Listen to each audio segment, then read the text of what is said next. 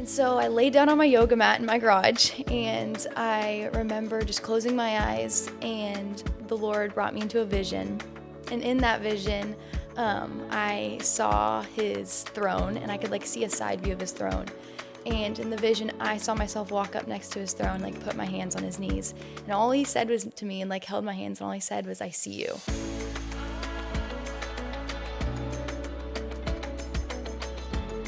Hey, and welcome to another episode of Learning to Love Well. Today on my couch with me, I have my beautiful niece, Sloan. She is coming to chat a little bit about her testimony and her story. So welcome, Sloan. Thanks for having me. I'm excited. Me too. Can you tell the audience a little bit about yourself? Yeah, so I am 18. I graduate in a few weeks. Which is absolutely mind-blowing. I still can't believe it. And I'm the oldest of 5 kids. So I'm 18. My sister is just turned 15. And then I have a 11-year-old brother and an 8-year-old brother and then a 1-year-old brother.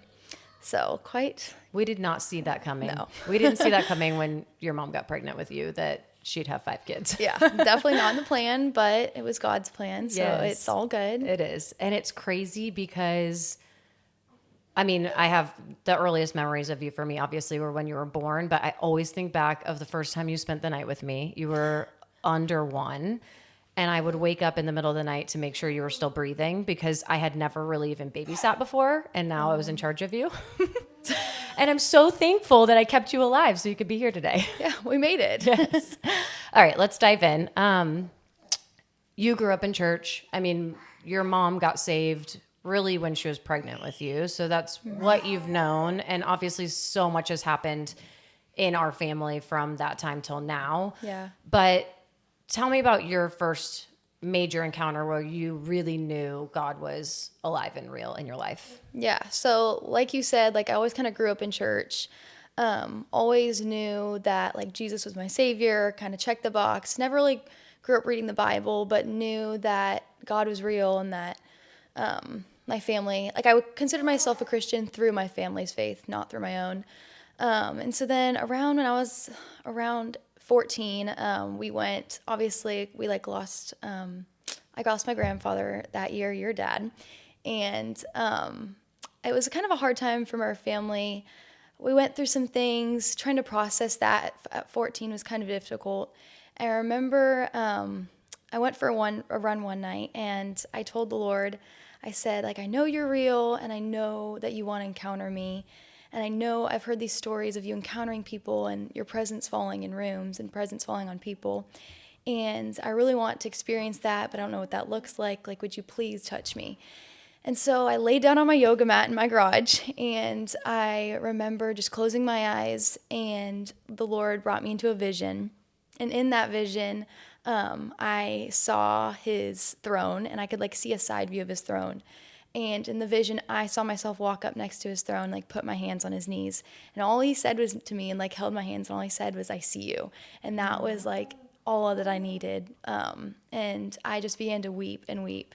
And just the fact that I had, yes, been pressing into the Lord, but that he actually saw me in that and wanted to see, wanted to continue to love me back. And it was this it began that relationship.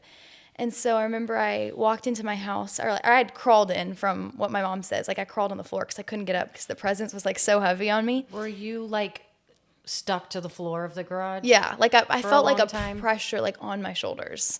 So it was this presence that it wasn't scary. It was this almost this awe of God that I am so grateful now that I had. So I crawled into the house. My parents were "Oh my goodness, where have you been?" And I was "What do you mean?" I've just been in the garage. And I looked at the clock on our oven, and I remember it had been 3 hours. What felt 20 minutes in his presence had turned out in real time had been 3 hours, which was so outside of time for me. And so it proved to me even more that that was an encounter with the Lord. And I truly felt his presence. That actually just happened. You Yes. didn't fall asleep. You didn't imagine that. Yeah. And what did your mom say when you came in? What was her perspective on that? Do you remember? I remember my dad being scared because he was "Why are you crying?" And then I remember my mom being "There's a light on your face." And even the next day, I remember running into my great grandma, and I remember her saying she's "You have a Jesus glow. There's a light on your face." Even the next day, there was still that light. And so I remember that was the main thing. A lot of people are like, you're different. Like there's something changed Wow. where I like had experienced the love of Jesus and I like began that relationship. Yeah. What do you feel like anything in you did change, break off, heal after the fact, walking out of that? Do you see the change in you? Yeah, I definitely think nothing had in that time in my life had like had to break off, but I began this like love and the zeal for the Lord. Whereas before, I think I knew to like read scripture and check the boxes with devotions, Right. but then I began to love the Lord not for what He could do, but just who He was. And I think that was the difference in the change that switched for me. Yeah. What characteristic of God do you feel like you got through that? Like knowing him in a new way? Yeah, I definitely think lately it's been like I have more began to understand like the awe of God. But when I first began, I feel so grateful that I just experienced the love. Like it was a weird, like when you have a relationship with someone, you have so much love for them, but you can't explain it. It was like He almost poured that out onto me through that encounter, which it didn't make sense. Like it was so supernatural feeling where I was like, this shouldn't make sense the way I'm feeling towards him. Like this isn't even, and like the love that I had felt within Yes. a like little encounter with him. Yeah, I've had that experience before too, where during the encounter of experiencing his love, like so crazy that I just couldn't stop crying. Same thing. Like but in my head, I'm thinking, I'm wanting to like figure out what he's doing, what is going on, you Yeah. know. And I've heard since then from different people, like just enjoy the encounter, you know. I don't know Yeah. how, did you enjoy it or were you trying to reason through it at No, all? I just didn't. I think especially it being the first time I was like, I just soaked it in and I like, that was the first time I ever, you heard about it, but once you first Yes. experience, you're like, oh my goodness, you're just caught up in it. Oh, thank you, Jesus. That is Yes. so amazing. Okay, tell me a story or two about hearing God's voice and you being led by him. Yeah, so I'm trying to think of a time where I felt like I was really like led by His voice.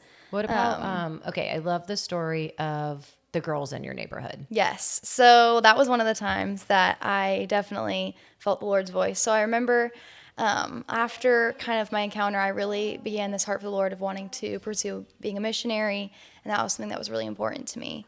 And I remember thinking, oh my gosh, I'm so young. I can't do anything. Like, Lord, let there be an open door so that I can begin to be your vessel.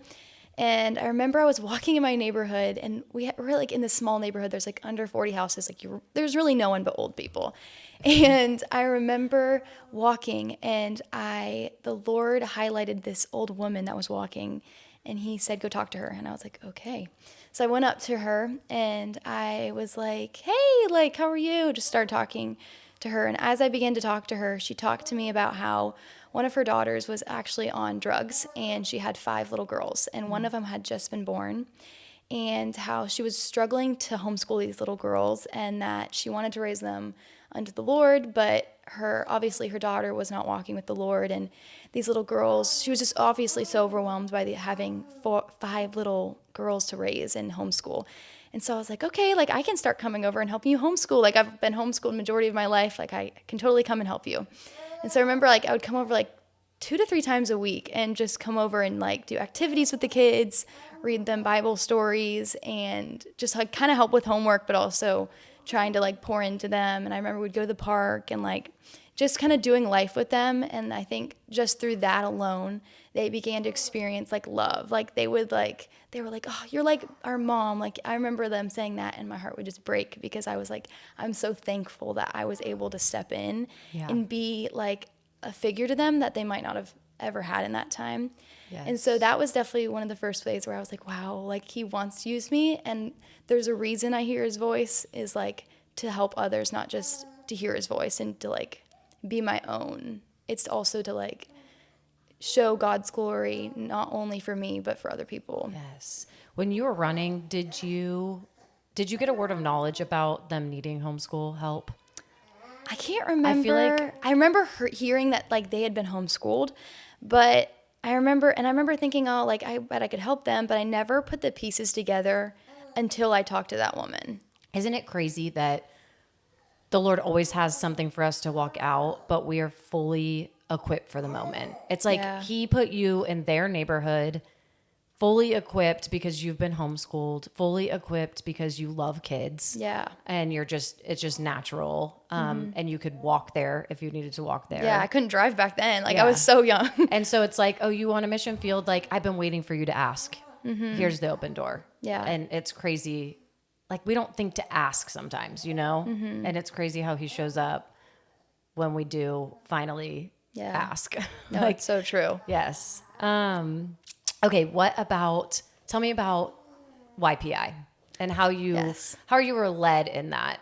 And I also want to know too, if you could just unpack when God's speaking to you, what does that mean? Like share with people that they don't understand, what does it mean God told you to go up to this woman? Like first maybe unpack that and then tell me about YPI. Yeah. So, everyone experiences the Lord's, like hearing from the Lord differently. I feel like very few people have I met that actually hear an audible voice. I'd love to meet more, but I feel like for me personally, how I've heard from the Lord is like one, it's almost like a pit in your stomach, but it's in your heart. And it's like this pull in your heart. I'll feel that. People will be highlighted to me. So if I need to talk to someone or like the Lord's highlighting someone to me, he doesn't highlight people for no reason. Like it'll almost be like a little light is like put on them and I'm just drawn to them. And I begin to ask the Lord, like, what does that look like? And if I need like further words from him, it'll usually just be like thoughts that'll pop into my head that wouldn't normally be there. Or sometimes I'll see, like I'm very visual. So like I'll see words spelled out like in my brain. Like it'll be like, when you're growing and learning up, it'll be letters. Like letters will begin to spell out words. Yes. I don't know why. So that's another way I see. Also, I've seen through like visions and dreams. Sometimes people will come to me in a dream and I'll text them the next day or something. But mainly it's when I'm like walking around and like someone's highlighted and then you can either, and sometimes it's hard because I think you can either choose to be like, okay, I'm crazy and this is me, or you have to step out in faith and be like, okay, I can be wrong. And I totally have been. And I think that's where you begin to learn and you get it more and it becomes familiar once you continue to step out. Yeah. And just go for it. And learn from your experience rather than just being too scared to step out. Yes. I'm so proud of you for, you're getting this so young, it just continues to make me so happy because I had to wait until I was in my upper 20s, to like really be walking with the Lord. And it's just, I'm so excited for what he has for your life. So tell me about YPI. Yeah. So YPI is called Youth Power Invasion for anyone that hasn't heard the acronym, but it's through a ministry led by like Randy Clark. And when I went in 2024, it was summer of 2024. They were collabing with like, I guess, Iris Ministries. And so I love Iris Ministries, grew up listening to Heidi Baker. She's one of the reasons I like fell in love with the Lord and learned to love him just to love him. And I remember I was getting my nails done for prom. And I remember I had saw the video about it on YouTube or something, like the announcement and the... Sorry for all the screaming in the background if that's being picked up. I have my 3 kids here. So I remember hearing the announcement for it and being like, yeah, that's cool. I wonder if that's something I could go to. And then you sent me a text and were like, hey, I remember you saying, hey, my friend went to this. It's really cool. I think you should go. I remember I was sitting there and I was like, maybe I should go.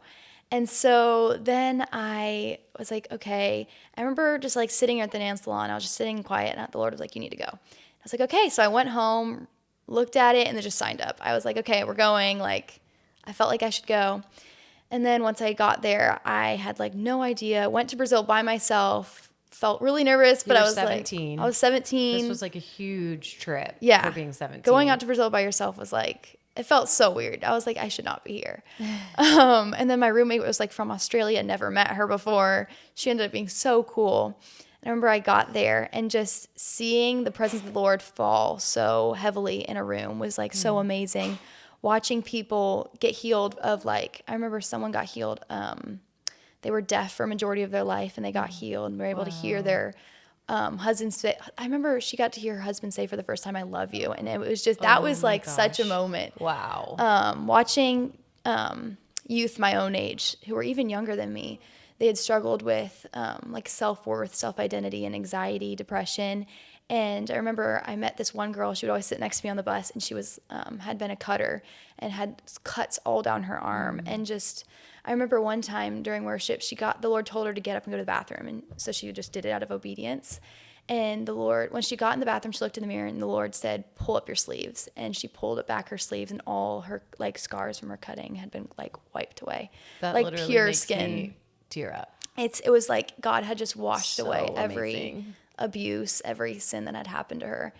And so I just think it's amazing how when you get to see him move like that, it changes like something inside of you to get to see how real he wants to touch his children. Yes, it just creates this hunger in you to pursue him more because it's like, wow, it just becomes so much more real and so much more like this is what we see in the Bible. This is what we Yes. see in the book of Acts is him moving mightily and people coming to him to follow him and to know him in a greater way. And Yeah. it's just like that is the fire I feel like that Yes. ignites and makes you want to pursue like who is he? Like he is so much more than we even know, than we even have ever experienced. It's so Yes. exciting.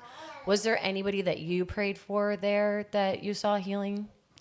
I'm trying to think. I remember there was this one woman. She came to the big conference, and I remember she had fallen on her face, and she had like hurt herself when she was like working out in a field. I remember her jaw was very locked up from all the metal they had to put in her mouth because they completely had to restructure her face.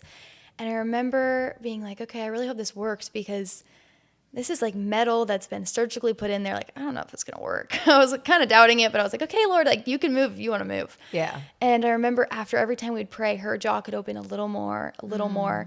When we first started praying first, she could only open her mouth with like maybe like an inch. And then by the time we had finished praying for her, she could completely open her jaw. She now could like eat. She couldn't eat before. She had to drink through a straw. It's like the only way she could eat. Whoa. So it was really crazy. She was just moved like so. I mean, she was in tears because her life now could change. She could talk. She could eat. She And could God function. cares about that. Like he Yes. didn't want her to stay bound up like that. He wanted her to be free, Yes. which is, I think oftentimes people can confuse like maybe it's his will. Maybe it's his will for her to just suffer like that, Yeah. you know, but really he was waiting for that moment Yeah. for her to get breakthrough and for her to be free from that, Yeah. which I'm sure there was just so much joy. Yeah. I know. I just can't even imagine. Are there any other stories you want to tell about that? I'm trying to think. One I could think of that I think would encourage people that would be like, I remember they told us on stage to go upstage and we were supposed to pray for healing. And I remember someone was like a broken ankle and like someone stood up and got healed. And then someone was like a brain tumor and someone stood up and the tumor like went away. It was crazy. Like people were seeing some crazy like body healings. And then I remember it became my turn, and all the Lord told me was restoration for daughters. And I remember thinking, okay, that is not like a physical healing. Like everyone was doing physical healings. And I remember I stood up and I told my word and no one stood up. And I was like, okay, maybe I didn't hear. Like this is embarrassing. And I remember seeing this woman in the front row, and her husband nudged her, and I was like, that's interesting. And then he nudged her again. And so they said it again in Spanish to see if anyone had that word.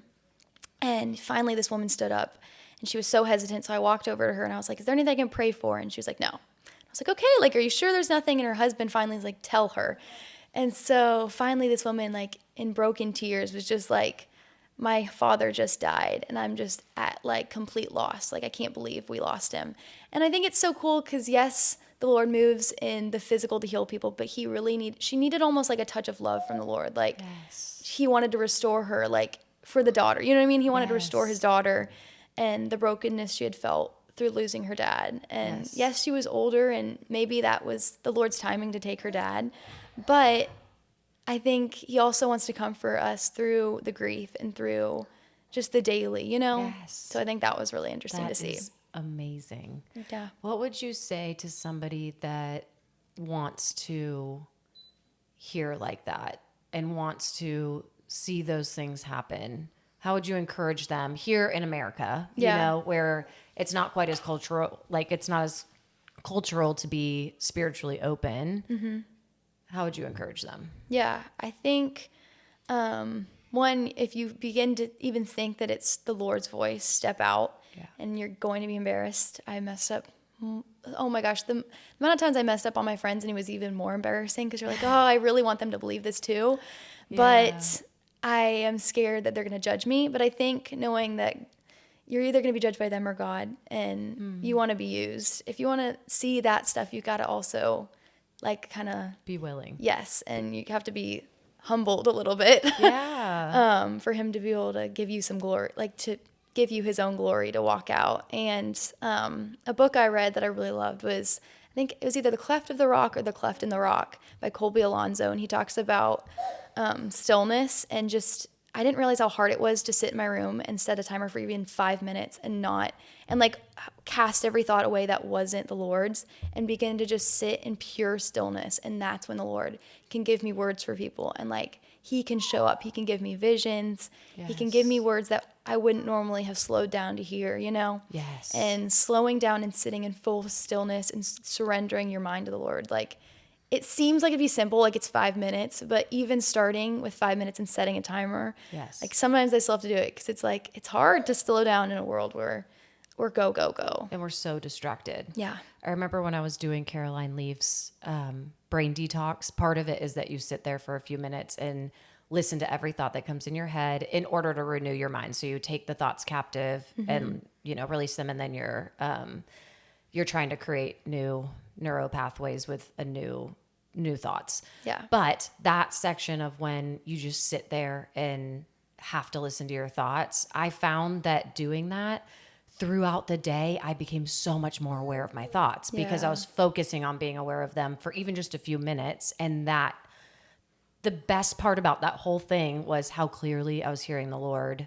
And I've done it several times, but I think just that key of, like you're saying, get still and silent. The enemy's trying to distract us, Yeah. pull us away. He doesn't want us to be able to sit there. And it's hard to fight against it. There's like a spiritual battle almost Yeah. over your time, over your attention. And so I love that encouragement. And I want to read that book because that sounds a amazing. good one. Yes. Tell me, you mentioned earlier that missions has always been on your heart. Mm-hmm. Can you tell us when you knew that God had a call in your life? Yeah, so I always kind of wondered if missions was for me, like growing up, but I never really felt like strong urge. I just didn't really have like a persuaded mind towards it. And then I remember around 6 months after I kind of encountered the Lord in my garage, I went to this conference with you. It was a conference down in Orlando, and Heidi Baker speaking, and I loved Heidi Baker. I loved listening to her. She just had such a passion and a love and a zeal for the Lord, even at like her older age, which I thought was like amazing. And so I remember I really wanted Heidi to pray over me. And I remember we were sitting in a line. I don't know if you remember this part, but we were sitting in a line, and Heidi prayed over you, my mom, my sister. And I remember she walked past me, and I remember being so disappointed and being like, oh my gosh, I really wanted her to pray over me. And she I came here to like get prayed over, and she skipped right over me. And I was like, she touched all of them, but skipped the next Yes. blonde girl too. I was like, are you kidding? You're like, I'm part of that family. Yeah, I was like, I'm with them. Come on. And so I remember being like, okay, like it's fine. Like I just need to hear like from the Lord. Like that's who all of it's coming from anyways, Right. Like Yeah, it's it's not all about God Heidi. breathed. It's not about Heidi. It's all Yeah. God breathed. And so I remember being like, okay, I finally was like, fine. Like after 20 minutes, I was like, okay. And I remember I was sitting there in worship, and I felt someone put their hand behind my head, and I was like, oh my gosh, the presence of the Lord just fell on me again. And Heidi began to speak. And I was like, Heidi. And so she began to like just speak over me like you're a missionary, like you're set apart, and this is a day like you'll never forget, and it will forever be a day I will never forget. And that's when I really was like, oh my goodness, the Lord hears my cry, and he hears all of that. Like it all was brought to light. And I remember being like, wow, this calling isn't just something in my head. I really do think that the Lord wants me to walk this out. Yes. And I just clung on to every word she said and every word that I heard that night from the Lord. And it was like, we're going to cling to this Yes. and hope it's real. And I really believe it is. Well, it's just crazy because I love when the Lord confirms something that we already think versus, I mean, it's amazing also when somebody prophesies over someone and it opens the door to something they hadn't even seen coming. Yeah. But it's cool that the Lord had always been speaking to you and planting seeds in your heart. And it's like you needed that confirmation because now you're going to be stepping out in big ways that it's so nice to have. Yeah. It's so nice to have more confirmation, Exactly. as you go. But after that, you went through sort of a dark season. Yeah. Can you talk about that? Yeah. So my mom was always kind of made aware that spiritual warfare was a thing. I didn't realize to what level that, I thought maybe someone would come and try to rob us. That's what my idea of it was. Whereas spiritual warfare, I'm realizing is now so much more in the realm that's not flesh and blood, but we're spirit and principalities. So right after I remember I turned 15, I began to get really depressed and I couldn't figure out why. I couldn't even get out of bed, and that was so unlike me. I was such a runner. I just loved to get up and go. I remember I couldn't get out of bed. Everything was depressing to me. Nothing. Life felt like it had no purpose. I remember being really angry with God, honestly, and being like, I've touched you. I've touched your presence. I now I know you're real. And you've left me. I felt like I was abandoned, and I was like, wow, I feel so alone, despite just having this encounter with you 6 months ago, where I felt your presence. Interesting? I think it's such an attack from the enemy because he knows now that I'm aware of the calling on my life, and so I began to just kind of hide it, but there was this depression in me where I was like, I feel no purpose in life now. And so I would love to say that one day I woke up and I prayed and it got all better. But part of that was actually reconciling my relationship with the Lord and releasing that anger towards him and releasing that mindset that I was an orphan, that he did not leave me. And I ended up just kind of working through that and going on a natural medication where I realized my body was just actually it wasn't actually anything to in my head. I also was dealing stuff with my health. And so going the natural route and going, yes, through prayer, but also medicine isn't the enemy either. Yeah. And realizing that it's okay to need help. That's not anti-Christian, Yeah. And so just walking through it, and there wasn't a day where I was okay, I'm done with this. I got breakthrough, but it was more on, yes, I'm going to walk this through more as a journey versus just a daily thing, And instead of distancing yourself from the Lord, you instead were okay, I'm going to pursue him even though I'm angry. I'm going to allow him to have this. Yes. And I think at first I distanced myself. Yeah. But then you get to a breaking point where you're this is just horrible, Yeah. And so then you're okay, I need to reconcile my way. Not reconcile your way back, but if you're not moving forward with the Lord, you're almost moving backwards. You can't, you don't ever stay stagnant with the Lord, because if you're not pursuing the Lord, you're pursuing the world.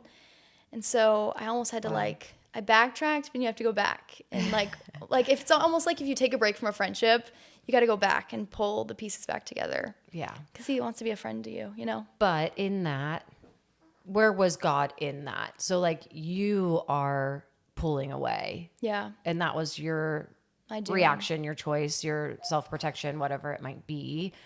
But looking back, do you feel like God had stepped away from you? No. I think it was definitely when I had a trial come my way, and I immediately thought it was him letting it happen, which I don't believe is necessarily true. I think we go through things to it's our choice, honestly, to either pull closer or pull away. And I think it was an attack from the enemy where I had just been through so much spiritual breakthrough that he was let me attack you now. Yes, totally. And so I think now looking back on it, now I'm grateful though that I walked through that, because now I have, whereas before I thought oh, depression isn't real. I kind of thought people are crazy for going through that.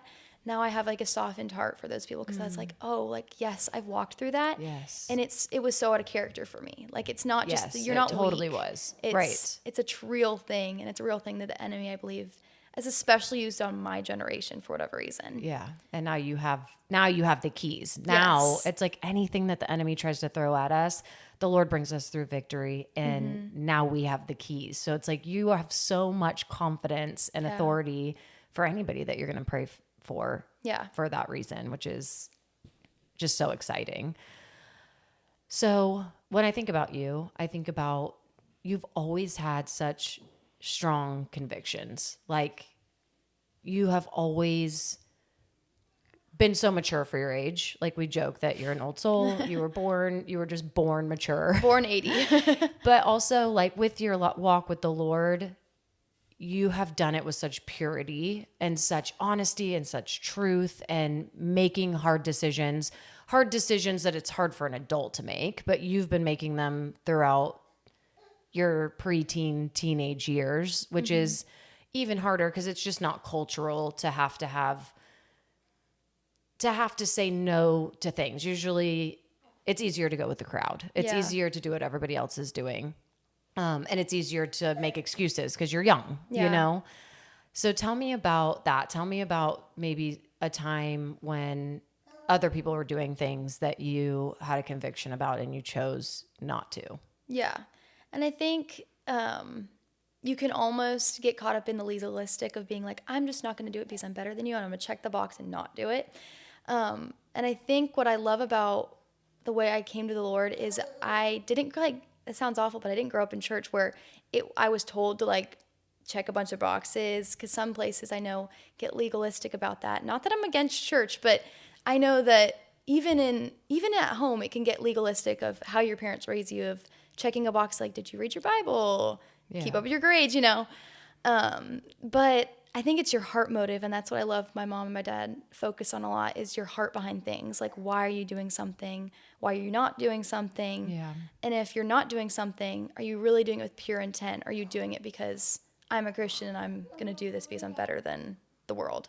Yeah. Or just because like this is the right thing to do, which Yes. sometimes we do. Like we Yes. do need to make decisions because it's the right thing to do. But you're talking about like having an understanding of why the Lord wouldn't want you to do it and doing it from that place. Yes, and it's protection from him, even when you can't see it. So for me, like, one, growing up was not having social media. For a while, I didn't have a desire, but then I began to, and I was like, oh, everyone that has social media is just so much cooler. And I felt like I was like left out because people would be on their phones and like tag each other and post, take pictures. And I kind of felt like that was one area where I was like, oh, like, I kind of feel left out, but I know that there's a reason I shouldn't have it so young. And for a long time in high school, all of middle school, I did not have it. And I knew that it wouldn't have been good for my heart at that time, because I saw their fruit, and I knew that I didn't want that same fruit. So if I don't want what they're pulling off of their tree, I shouldn't grow the same tree, kind of thing. Yes. So that was definitely a hard area, because I know that it definitely led me to not be in certain groups or at certain tables, you know? Yeah. And while that was hard in the moment, I felt a lot of rejection. I think looking back, I'm so grateful I didn't sit at those tables. Yeah. And I'm so grateful I didn't have to walk through what they probably had to walk through in the battle that social media does open so many doors that you're not exposed to without it, especially at a young age. Right. And like as you're growing in your maturity, your confidence even. I mean, that's definitely a big one for girls. Yes. And now you have social media. How do you manage that now? Because now you're an adult now. Wow. That's crazy. Doesn't feel like it, but what does that look like for you? Yeah. So everyone jokes now that like Sloan is like MIA on like social media. Like I'm either on or off, and I will like be off for months or on for days. I think what's your heart motive behind it, and especially behind posting. Yeah. Certain things the Lord's convicted me not to post in, and I won't say it because I don't think it's the conviction for everyone. Yeah. I think you ask the Lord, and sometimes I know certain friends that have way stronger convictions than others, and I don't look at them differently because the Lord asks us each individually on certain things and Right. puts certain things on our hearts. And it takes time too. Like, it's not just like he rips the Band-Aid off. And I begin to like, also like, if it becomes hard for me to read my Bible or get into the Word or press into Him, I'm realizing, okay, if social media is taking over that time, probably need to step back a little bit. Yeah. And it's another thing that I love to fast, because I definitely, when I turn that off, a lot of distraction Yes. goes away. Yes. Yeah. I can totally relate to that. And you mentioned dealing with rejection, and a lot of that is because you've chosen to live your life set apart for the Lord. Can you tell us a little bit more about that? Yeah.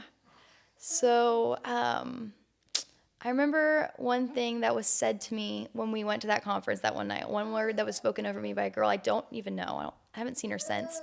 And I remember her saying, "You have a lot of wisdom." And she did not know me. And she told me, like, again, talked about how I had this, like, almost like old soul, and how I had this, like, wisdom that for my age, what at such a young age, I remember, like, always being told, like, "You're like a mom, like, you just have so much wisdom." And but she said, like, there comes with that, it's going to be really hard, like, you're going to face a lot through that. And at that time I'd never experienced it, but walking into as I walked through high school, especially experiencing kind of where I didn't relate with people on a level where I could with adults almost, and experiencing full-on rejection, and experiencing people literally getting up from the table and walking away from me, and like Which is just the going to make me cry just thinking the about. heartbreak behind that, and not understanding why I couldn't connect. And so I remember after my sophomore year of high school, that summer, I remember I went on a mission trip. I went on the mission trip thinking that I was going to change like someone else's life, and that I was going to, I don't know, like it was going to be like about other people. And I remember I met a group of girls that were so amazing that summer. And I remember leaving that trip and just thinking, oh my goodness, like this is what godly like friendship is. Like this, Wow. I remember we were talking late one night and we began to talk about this girl, and it kind of turned into like a gossip conversation. And I remember one of them stopped and went, okay, wait, we don't want to talk about her. Like this is not like fruitful. And they're like, okay, we're going to stop. And they all stopped. Like I remember everyone always says like, oh, let's not gossip, but then they like continue to gossip. Yeah. But I remember this group of friends like stopped and we're like, no, we're going to stop.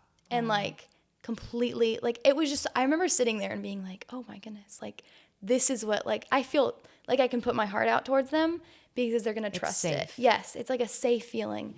I remember thinking like this is what it's all about, and like that's what I want to pursue with people. And you've kept in touch with Yeah, these still good girls. friends with all of those girls. That is amazing. And I remember you saying something along the lines of experiencing God's love in a new way. Like when hearing that story, when you've told it before, like this is what love looks like. Yes. Like this is what, because it is a safety, a protection, a covering, a vulnerability you can have because you know it's not going anywhere from there. Like what you're talking about, what you're sharing with them. Tell us a little bit about having to have hard conversations, brave communication, boundaries, because something I wish was taught to all teenagers so that you don't have to learn it later in life is how to have healthy relationships, how to put up boundaries, how to have hard conversations, confrontation. And you are someone that just, again, it takes me aback because you're so young, and even younger than you are right now, you have walked out doing the hard thing instead of the easy thing in your friendships. Mm-hmm. So can you tell us a little bit about that? I know not to like expose any relationships that you have or anything like that, but yeah, I can give examples without like mentioning, but, and I think usually it's generally just kind of how high school relationships go. yes. But I think one thing that's definitely helped me was, I remember like, I think it was my junior year, we kind of walked through the beginning of Keep Your Love On, the book by Danny Silk. Yes. That is a My game favorite changer. book. If anyone Changed my life. I know, if anyone wants to talk about like relationships and boundaries, that is like your go-to. Quick interruption. I now have the baby. The baby was starting to cry. But you were telling us about tough conversations you've had to have, boundaries. Yeah. Danny Silk's book is amazing. So good. Yeah. So I definitely think that having tough conversations, while in the moment it might feel really painful to talk that out with a friend and to lay your heart out on the line and really express like your true feelings towards the situation, it hurts in the moment and you might feel like you're blowing up a friendship. But in the long term, when you can be so truthful with someone and actually be like humble and display your true heart towards them and how you're feeling towards a situation or a problem, I think it creates such an intimacy and a better closeness, like you just have more of an intimacy with that friend now because you're both partnering and not that you're against them, but that you're against the problem. Yes. That's And such a good way that, to put it. yeah, so you're not trying to like butt against people. And that's not to say that certain friendships aren't fruitful and you do need to walk away when there's certain boundaries crossed. And I think having like, obviously my mom's like, I would say my mentor, but Yeah. having a good person in your life that can speak into that and look not only from your side, but the other person's side and being like, okay, evaluating if things are fruitful or not, to continue walking forward in a friendship or relationship. Yes. So would you encourage people then do you go to your other friends and hash these things out, or do you usually go to an adult? I would say normally, I mean, I've definitely been on the receiving end of other people like wanting to talk about, hey, should I bring this to a friend or not? Yeah. I think that can be fruitful. I always go to my mom because I am so blessed that I have a mom that is a good light towards that. But I know not everyone has that, and Right. not everyone's youth pastor, youth leaders available all the time. So if you have a great and amazing friend that will lead you and hold you accountable to bring it to that next person, Yeah. I think that's amazing. But I think if you're just venting and I think if you're venting to someone and you have no plan to ever bring it up to that person, that's totally not fruitful. I think Yeah. if you plan to bring it to the person, that's okay. But definitely finding someone that will hold you accountable and hold you in truth on not your side, just your side, but also the other person's side. Because Yes. you want to see light brought to both sides. You know, it's not just against the person. Right. And we all sin. Yeah. And so if you are having to go confront somebody because what they're doing in your relationship is hurting you, the conversation should be best for both. Like the outcome, it should be best for both of you, right? Yes. Like even if you have to put up a boundary in the relationship, it should protect the relationship, which is what I've seen you do over and over and over again within your friendships. And I'm so proud of you for doing that. And you're such a leader in that. And it's so encouraging that you don't have to wait for adulthood to have these mature relationships. And so I think this is really encouraging for anybody listening that is your age or younger and older, Yeah. that it's never too late to be brave and start doing things that in a healthier Yeah. way. Okay, so for any parents out there listening to this and they're like, wow, I want my daughter, I want to raise my daughter in a way where she is pursuing the Lord, really. Yeah. What would you say that your parents did well? Yeah. I mean, I think both my parents have been crucial parts of how I am as a person, especially my mom because she was home with us like all Yeah. the time growing up.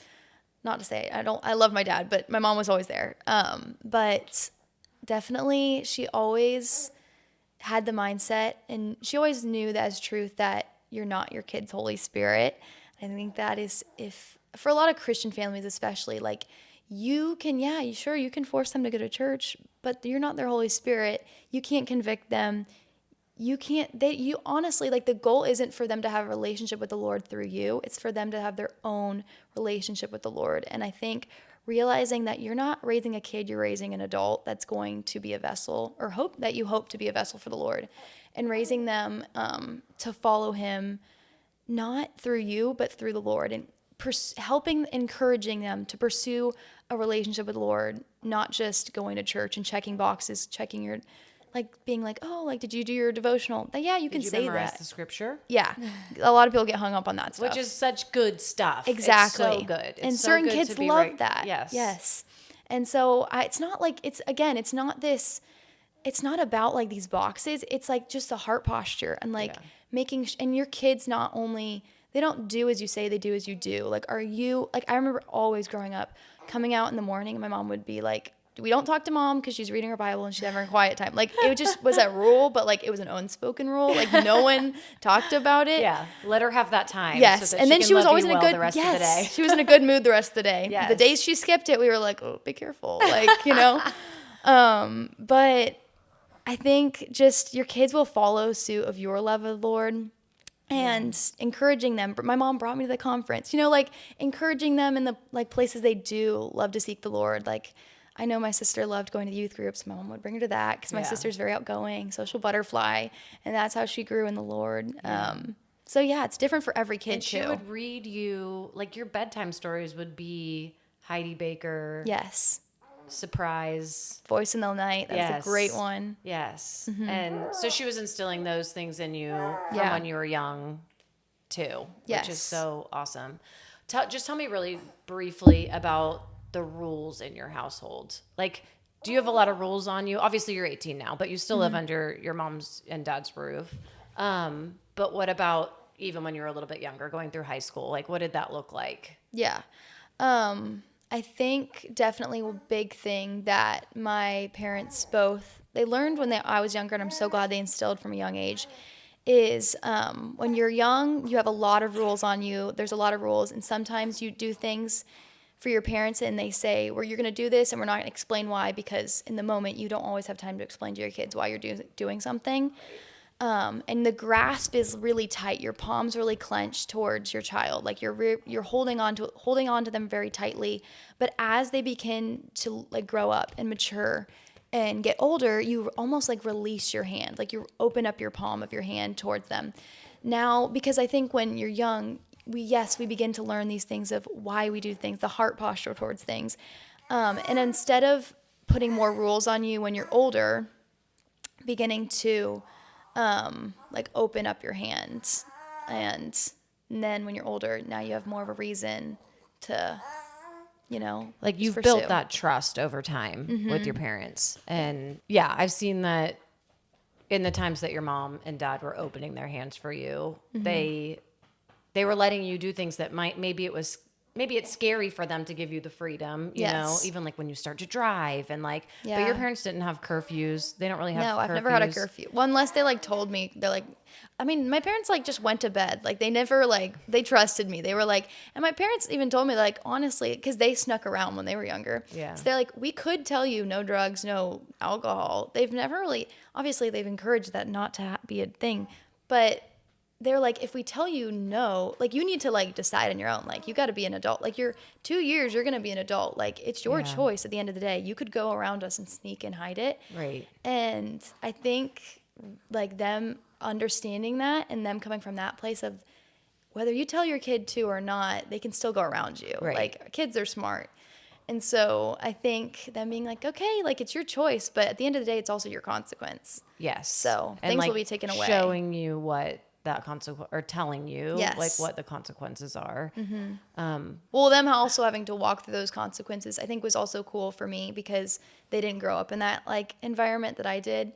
They had to seek the Lord once they were older. Right. And so I learned from their mistakes and I'm beyond thankful for it. Yeah. And what I was going to say is that they want you to come to them. Yes. They want to be a safe place. They don't want you to be hiding stuff because they've told you not to do this. They want you to, if you mess up, feel like you're safe to come and Yeah. They've never like opened the door and then like screamed at me. It's always been like, okay, like, but let's walk through and this. obviously there's like, once you come to your parents or something, you've kind of already dealt with the consequence usually. Yes. Like you usually walk that out. That's the scary part. Yeah.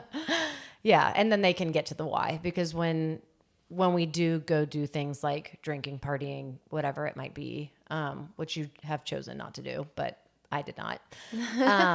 There's a why behind it. There's Yeah. something else deeper going on. And I think your mom has such an understanding of that, even if it's not something that big, if it's something smaller that you need to come to her with, she Yeah. can help you like dig in and figure out like why. Yeah. Yeah. Okay, this has just been so amazing. Can you pray over the people listening and the people watching this right now, and just release anything that you feel led to release? Yeah. Thank you. Okay, Lord, we come to you today, and I'm so grateful for this opportunity and for anyone listening, that they would just feel an outpouring of your love right now, and that they would just encounter you more through miracles, dreams, your presence falling on them, Lord. Lord, I thank you that every person that's watching this is so seen by you. Not one goes looked past, that you stop for the one, Lord, and that you would just begin to encounter every listener with your love. And that if that looks like your presence falling, or that just looks like a daily outpouring of love and joy that doesn't make sense. And I just speak joy over every person that's listening right now. That they would just begin to walk in authority, that you you have claimed victory over death, and that they get to walk in love, and they get to walk in all these tools that you've given, just to walk through life as your vessel, or as a vessel for you, Lord. And I just thank you and I praise you for this opportunity, and for every person listening, that they would just be blessed by this. In your name I pray. Amen. Amen. I'm so proud of you. Thank you for having me. This was fun. I know, it was so fun. You did amazing. And goodbye to our listeners and viewers. Thank you for watching and listening today. And we just bless you. And until next time.